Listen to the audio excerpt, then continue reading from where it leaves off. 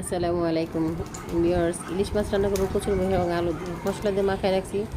হ্যাঁ, এখন কড়াইতে তেল দিয়ে তেলটা গরম হলে মাছটা ছেড়ে দিব। মাছটা অল্প ভাজা করব, বেশি ভাজা করবো না, অল্প ভাজা করে তুলে নিয়েছি।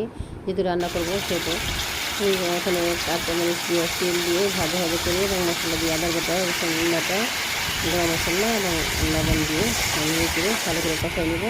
হ্যাঁ, দেখেন কচুর মুখ এবং আলু আমার কাছে খুব ভালো লাগে, খুব মজা, খেতে খুব ভালো লাগে। মশলাটা এখন ভালো করে কষিয়ে নেব।